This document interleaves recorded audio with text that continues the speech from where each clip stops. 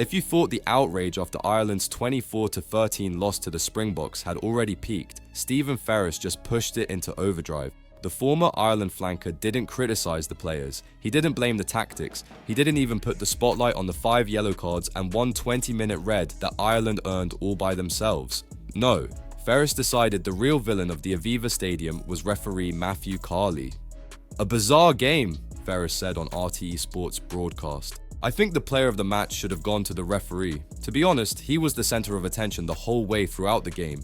That's right, in a match where Ireland were dominated in the scrum, lived inside their own half for 58% of the contest, and collapsed into a disciplinary nightmare, Ferris pinned it on the referee being the centre of attention.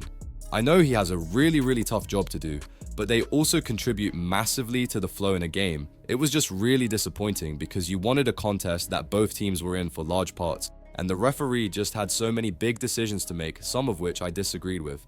He didn't clarify which ones, which is convenient because Carley spent the entire match punishing actions that were undeniable.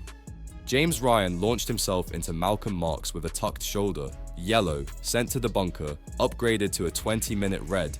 Andrew Porter folded at scrum time, yellow. Paddy McCarthy entered the same disaster zone, yellow. Jack Crowley killed a ruck illegally, yellow.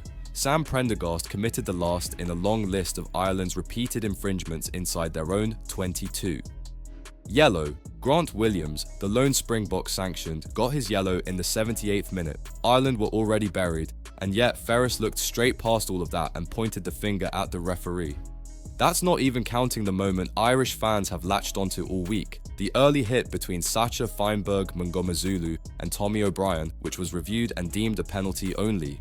But Ferris wasn't interested in consistency, he was interested in deflection. And after a match where Ireland were battered physically and structurally, blaming the referee is easier than addressing the truth.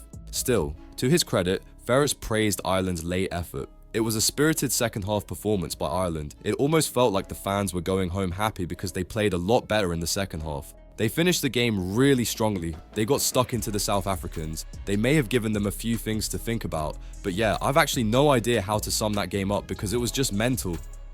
That last line, I've actually no idea how to sum that game up. Might be the closest thing to an honest assessment, because this match wasn't about refereeing. It was about Ireland losing control, losing discipline, and losing the physical battle everywhere except in narrative spin.